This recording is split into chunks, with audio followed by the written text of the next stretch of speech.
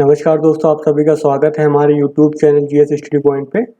आज के वीडियो में हम देखेंगे यूपी पीसीएस का जो अभी मुख्य परीक्षा हुआ है 2019 का, उसका जो पेपर 2 आया हुआ है, तो उसको हम देखेंगे कि किस तरह के क्वेश्चंस उसमें पूछे जाते हैं। तो यहाँ पे देखिए, आपको पता ही हो टोटल क्वेश्चंस कितने आते हैं, 20 क्वेश्चंस आते हैं। उसमें से 10 क्वेश्चन जो होते हैं आपके हैं वो 125 शब्दों में लिखना होता है अधिकतम, और जो 10 क्वेश्चन दूसरे होते हैं यानी दीर्घ उत्तरी होते हैं वो 200 शब्दों में आपको अधिकतम लिखना होता है। तो ये पेपर 2 आपका जो है, तो उसमें मुख्य रूप से क्या आता है, आपका है पॉलिटी आता है। और पॉलिटी के साथ में इसमें आईआर भी आता है, यानी कि जो इंटरनेशनल रिलेशंस वगैरह होते हैं वो सारे मुद्दे भी इसी में ही समाहित होते हैं। तो ये बहुत ही इम्पोर्टेंट पेपर होता है आपका है, क्योंकि ये बहुत डायनेमिक है, करंट से रिलेटेड पूरा होता है। तो आप इसमें अच्छे नंबर स्कोर भी कर सकते हैं, क्योंकि करंट के काफ़ी बातें को आपको उसमें डालना होता है। देखिए, तो पहला क्वेश्चन जो दे रखा है, क्या आया था? पहला क्वेश्चन ये आया था कि अटल भूजल योजना के उद्देश्य बताने थे और उसका प्रभाव बताना था। तो हमको इसमें इस चीज़ में दो क्वेश्चन को फोकस करना है, दो चीज़ों को फोकस करना है। पहले क्या उद्देश्य क्या है इसका अटल भूजल योजना का, उसको बताना है हमको, और प्रभाव क्या होगा इसका। तो जैसा क्वेश्चन पूछा जाए उसके अकॉर्डिंग ही टू द पॉइंट ही लिखना है आपको, क्योंकि शब्द कितने हैं, केवल अधिकतम 125 वर्ड में ही लिखना है। इधर उधर की बातें नहीं करनी है, जो पूछा जाए वही लिखना है केवल। दूसरा क्वेश्चन आया था कि संक्षेप में भारत में राष्ट्रीय मानवाधिकार आयोग की भूमिका। तो हमको बस यहाँ पे उसकी भूमिका को बताना है। तो सबसे पहले क्या करेंगे, हम हल्का फुल्का राष्ट्रीय मानवाधिकार आयोग क्या है उसके बारे में बता देंगे, और बस सीधे उसकी भूमिका बताएंगे। ज़्यादा उसके मेंबर कितने होते हैं ये सब नहीं बताना है कुछ। फिर तीसरा क्वेश्चन आया था कि लोक सेवा का जो परंपरागत गुण है वो तटस्थता यानी कि न्यूट्रलिटी का है, इसको एक्सप्लेन करना है। ठीक है, तो ये आपका हो गया। फिर अगला है भारत नेपाल द्विपक्षीय संबंधों के मुख्य तनाव के बिंदु कौन कौन से हैं। तो ये भी आपने देखा करंट का क्वेश्चन है, भारत नेपाल के बीच में अभी हाल फिलहाल में तनाव रहे हैं, तो उसके बारे में पूछ लिया है। तो जो मुख्य तनाव के बिंदु हैं उनको वहां पे एक्सप्लेन कर देना है। अगला क्वेश्चन पूछा है सिटीजन चार्टर, तो उसके बारे में केवल बस टिप्पणी करनी है, तो उसके बारे में बताना है आपको है। फिर क्या है, उत्तर प्रदेश सरकार की गिद्ध संरक्षण परियोजना है, तो जो गवर्नमेंट ने अभी स्टार्ट की थी, यूपी गवर्नमेंट ने, उसके बारे में हमको बताना है इसमें।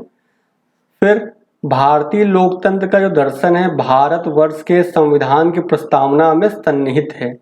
तो यहाँ पे हमको क्या बताना पड़ेगा, प्रस्तावना में जो है लोकतांत्रिक दर्शन किस प्रकार से हैं उसके बारे में यहाँ पे डिस्कस करना है। फिर क्या है, जन प्रतिनिधित्व कानून के मुख्य तत्वों का क्या करना है, आलोचनात्मक परीक्षण कीजिए। तो जो जन प्रतिनिधित्व कानून है उसके मुख्य तत्व जो हैं उनके बारे में हमको बताना है।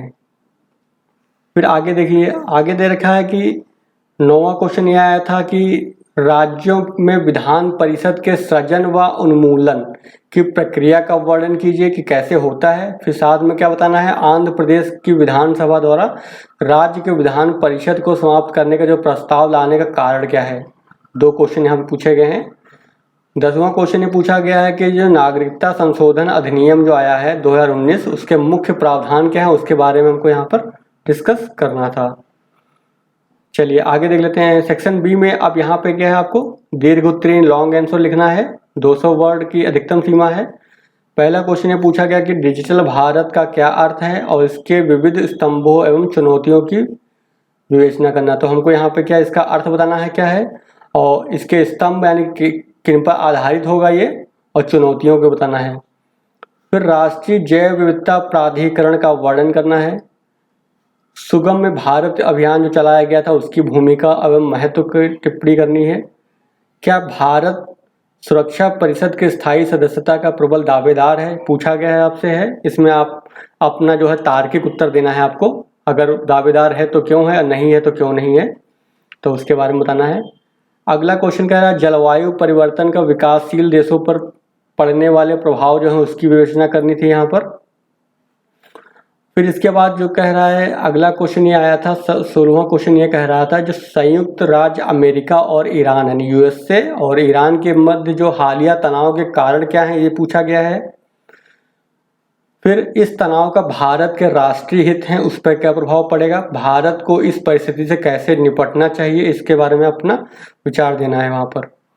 फिर बोडो समस्या पे आया है ये, और बोडो शांति समझौता जो हुआ है असम के विकास और शांति सुनिश्चित करेगा, इसका मूल्यांकन करना है।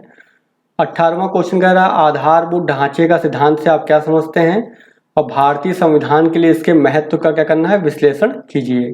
तो ये 18वां क्वेश्चन पूछा गया था। आधारभूत ढांचा जो आया था मिनर्वा मिल्स केस में, उसके बारे में पूछा गया था। फिर अगला है भारत में जो प्रधानमंत्री की उभरती भूमिका का वर्णन करना है।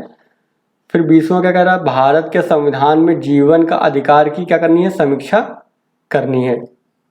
तो ये 20 क्वेश्चन आए थे। तो मुख्य रूप से आपने देखा इसमें क्या करंट से बहुत ज़्यादा पूछता है करंट, तो करंट अफेयर्स को ध्यान रखना है इसमें है। और जो पॉलिटी है उसके जो कोर एरिया जैसे प्रस्तावना हो गए, फंडामेंटल राइट हो गए, डीपीएसपी हो गया और फंडामेंटल ड्यूटी हो गया, तो इन पे ज़्यादा फोकस रहता है इसका है।